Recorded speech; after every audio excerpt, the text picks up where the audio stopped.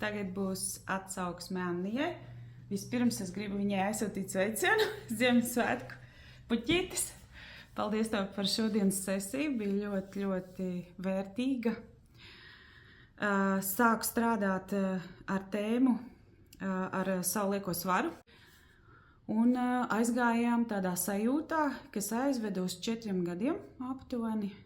Un manu pirmo iepirkšanos veikalā, tas bija mans pirmais gājiens tādai vienai pašai publiskā vietā, tā teikt, uz veikalu.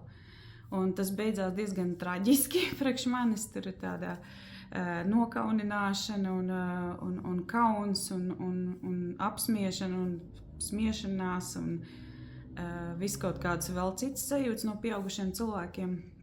Un, protams, tas mani iekapsulējās un tā teikt radīja sekas arī turpmāk tālākai dzīvei, kad es nevaru būt es pati nekādā gadījumā, tad smiesies, tad kritīšu kaunā un vēl visādi citādīgi.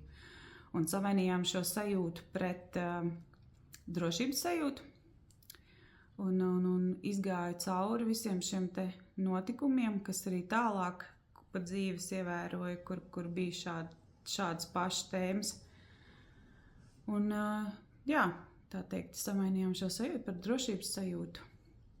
Un tagad man stratēģija uz veikalu iet ir pilnīgi savādāk, jo līdz šim man veikalā bija obligāti jākompensē sev par šo te nepatīkamo nodarbi iet šopingā vispār. Un tagad šī stratēģija pavisam cita ir kārtīgi saģērbties, nevis, teiksim, hūdijā vai sporta kedās un biksēs aizskriet fiksi ar dēlu, iepirkties, sapirkt visu, ko vajag, bet kārtīgi, teiksim tā, sataisīties un normāli aiziet un izbaudīt šo te šopingu un nopirkt visu, kas ir vajadzīgs un tādā savā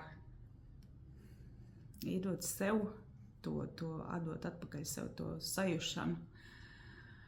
Un jā, liels paldies tev, Anni. Kolosāla sesija bija, ļoti daudz atziņas. Paldies tev par to, ka dalies ar informāciju. Paldies par šo te piesaistes skaidrojumu. Liels paldies, tas man ļoti daudz nozīmēja, es ļoti daudz ko sapratu.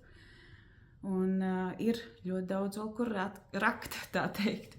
Liels paldies tev par tavu laiku. Un visiem paldies, kas klausījās.